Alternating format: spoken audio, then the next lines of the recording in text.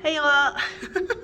I'm in Frankfurt at the moment and I wasn't going to be posting a video like this. I actually forgot my SD card reader. I brought a cable converter instead, but I thought, no, I'm just gonna work with what I have. I've still got my phone and let's just update you lot with my progress.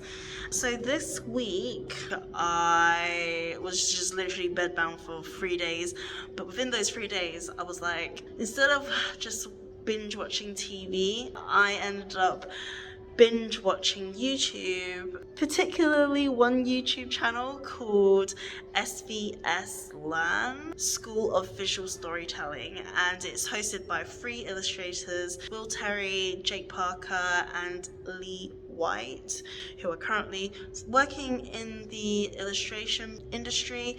They've all published children's picture books, they've taught in art universities. The particular episodes that I really enjoy is 5 ways to up your level from amateur to professional, and I might just be taking some tips from that and putting it into my to-do list.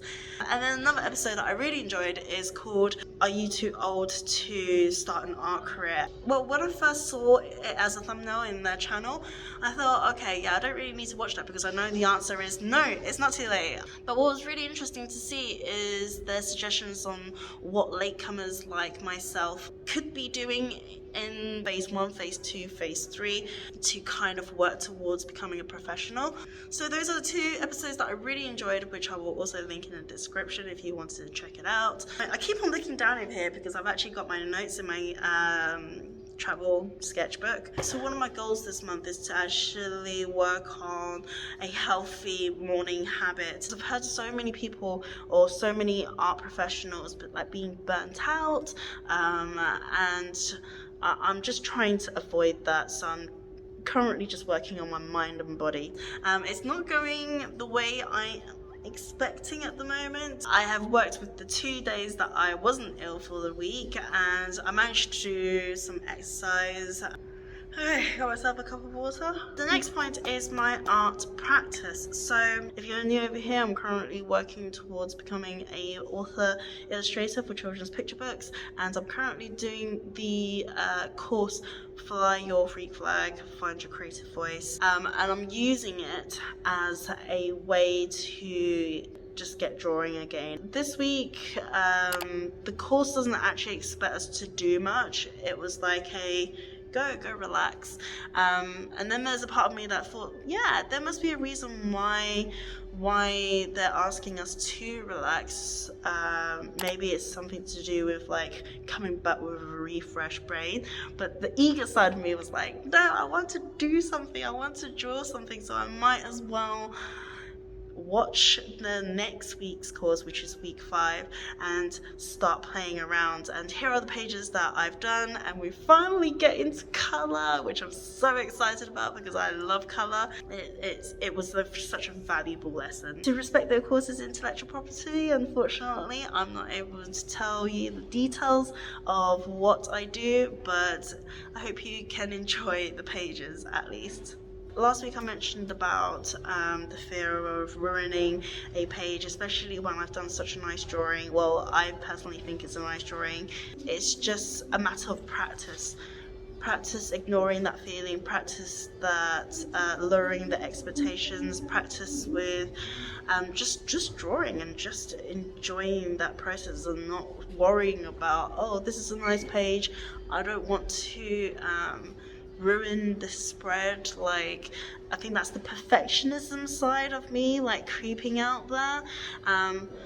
But whilst I'm on this topic, thank you Simone Whip, I think that's how you pronounce your name, for this message over here. I love hearing how other people deal with a similar situation, and there isn't a right or wrong answer, there is just how we do things, and maybe the way you're doing it is different to the way I'm doing it, or maybe the things that you're doing I can try as well, so I really appreciate that. The next thought I have is traditional versus digital painting. Should we start learning it I think about what I want my lifestyle to look like in the future. Do I want to get messy, or am I more of a simple person? And when I ask those type of questions, I'm more of it needs to be accessible for me to use it.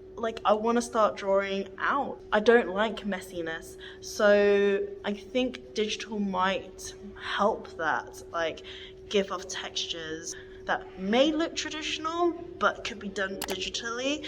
I think the ultimate answer for me is to actually do a bit of both. And I can't see myself not doing traditional either. Drawing my sketchbook, I think that's a very important practice to have.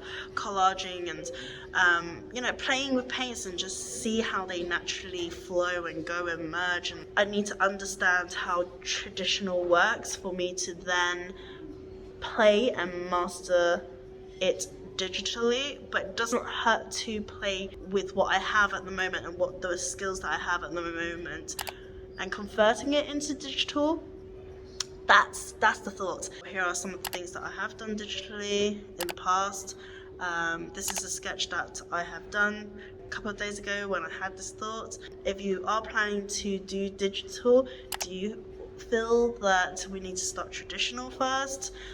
I'd love to hear your thoughts. It doesn't have to be the same as mine. I just want to open that conversation up. That's all I have for this week. Until next week, see you in the next one. Goodbye.